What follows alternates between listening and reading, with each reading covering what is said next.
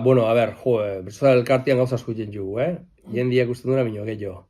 Orduan, oso labur esateko, badaude hiru zutabe nagusi. Bada hezkuntzako zutabia, eta hori okupatzen da 30.000 ikaslei bertsolaritzaren oinarriak ematiaz, Euskal Herri osoan, eta hortarako daude 50 bat irakasle, bai, hortako daudenak, patuak, gaur egun. Eta hortaz aparte, bertso eskoletan egiten den lana, udalekuak, eskola artekoa, asteburu pasa egiten dianak, ikastetxeetan lantzeko materiala sortzen da, hoi guztia, edo segulako, da zutabe bat.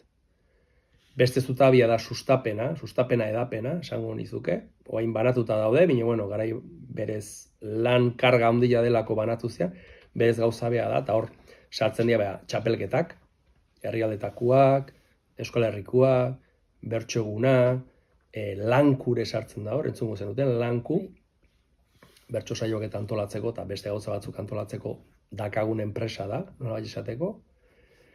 Hor sartzen da bertsolarien eskubidean eta zaintza, gaur egun bertsolariek lankun bidez kontratatua dianean adibidez, kotizatu egiten dute, seguridade sozialean, eta bar.